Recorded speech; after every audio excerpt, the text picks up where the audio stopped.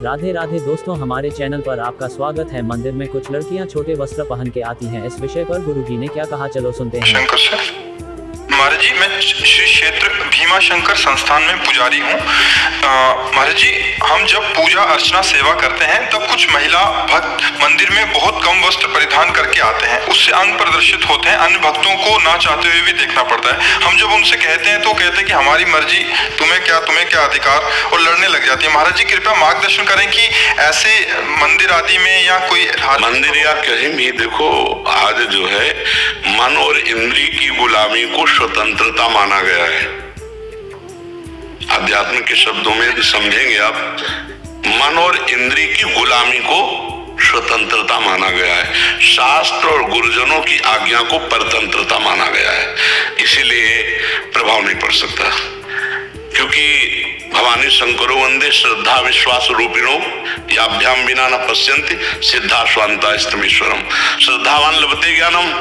जब श्रद्धा ही नहीं है संत और शास्त्र के वचनों में, तो मन मानी आचरण स्वाभाविक है।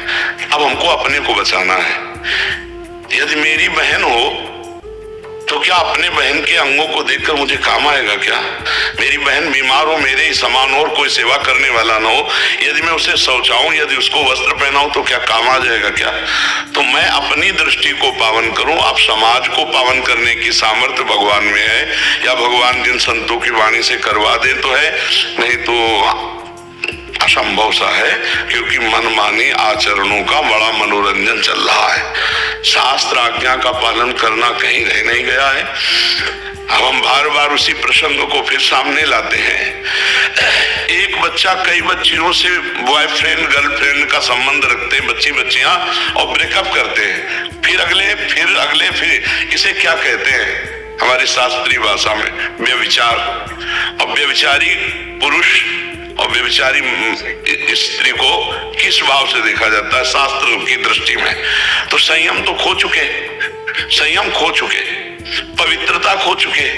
अब ये लज्जाहीन, मर्यादाहीन बुद्धि, ये क्या ऐसा हो सदुपयोग अपने शरीर का या अपने जीवन का कर पाएगी? बस वो तो अब उनके विषय में बोलने का मतलब है अपने को गाली खवाना।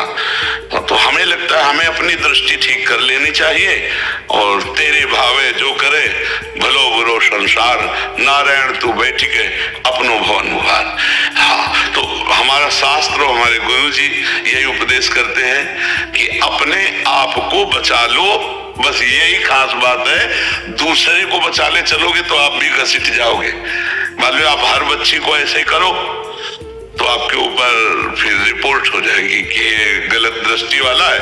इसलिए जिस रूप में आओ प्रभु आप ही हो। हाँ, कोई आपसे पूछे तो उपदेश दे दो, लेकिन समझने वाला कोई है नहीं। हमको अपने आप को समझाना होगा। आज का समाज, ये सब नौजवान भाई समझ रहे हैं ना, हम इनके चरणों में प्रणाम करते हैं कि भैया आप हमारे ऊपर कृपा करके सुनने आए हो और थोड़ा आचरण बदल रहे हो। मतलब बहुत बड़ा एहसान हम आपका मान रहे कि आप अपने आचरण सुधार रहे, आप साधु संग कर रहे, आप साधु के वचन सुन रहे। नहीं, कलिकाल है भाई, बहुत विचित्र कलिकाल है। ये तो पता नहीं कौन सी लहर चली है कि संतों के प्रति श्रद्धा हो गई। तो इसलिए अपने को सुधारा जाए, समाज को सुधारने की। मैं अपने की बात नहीं कर रहा था। हम जब सेवा करते हैं वहाँ पे, तो काम करते वक्त जब लोग आते हैं तो लोग हमें बोलते हैं कि पंडित जी, हम पंडित जी, तो बोले पंडित जी आप ही उनको कोई मार्गदर्शन दीजिए, आप बोल दीजिए। हमने बोर्ड भी लगा रखे हैं लेकिन सुनते कम है। नहीं सुनेंगे, आप कहोगे तो आपके ऊपर वचन और हो सकता है कटुता का व्यवहार हो जाए। नहीं सुनेंगे आप।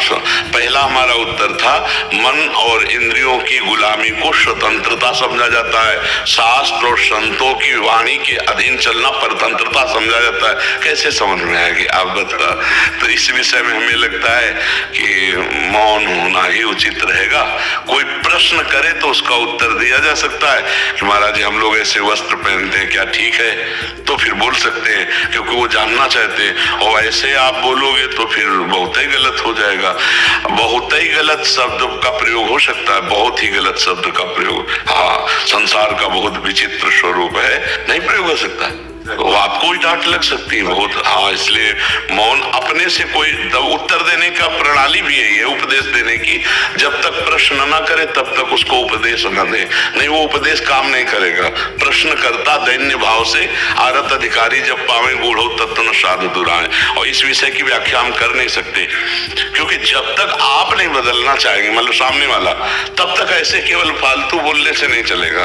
वो सामने सुधरना चाहे तो उसको हो सकता है। और नए बच्चे हैं, ये इतना ही मान लें कि गलत आचरण न करें और नशा न करें, इतना ही मान ले तो हम इनके चरण छूते हैं, सब बच्चों के। हमारे भारत के भविष्य हैं, ये कोई गंदा व्यसन न करें और ये गंदे आचरणों से बच जाए, नहीं बहुत बड़ी हानि होती है। फिर ब्लैकमेल होने लगते हैं बच्चे, फिर अपने को कंट्रोल में ना करने के कारण वो अपने को मिटा देने की सोचने लगते हैं। नए नए बच्चे कई कारणों से अपने शरीर को त्यागने की बात, तो थोड़ा अध्यात्म सुने, नशा न करें, व्यभिचार प्रवृत्ति से बचें और अपने आप को भारत की सेवा में लगाने योग्य बनावे, समाज की सेवा में लगाने योग्य बनावे, इतना बहुत बड़ा उपकार हो जाएगा। और देखो जैसे जैसे कलयुग बढ़ेगा तो पापाचरण बढ़ेगा, पापाचरण बढ़ेगा तो कैसे बढ़ेगा, ऐसे बढ़ेगा। मम्मी पापा से बच्चे कैसे बात करते, तुम अपनी देखो यार, हम अपनी देख लेंगे, ऐसे हमने सुना है। मम्मी पापा से कह रहे हैं ऐसे, तो हमारे अपने बाप की नहीं मानते, हमारी बात कैसे मान लेंगे।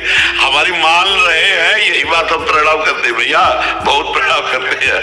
सुबह जब हम आते हैं ना तो हमें लगता है 80% जवान होंगे, सब नौजवान होते हैं 80%। तो देख के हमें आनंद लगता है कि अगर ये सुधरे तो भारत सुधर जाएगा।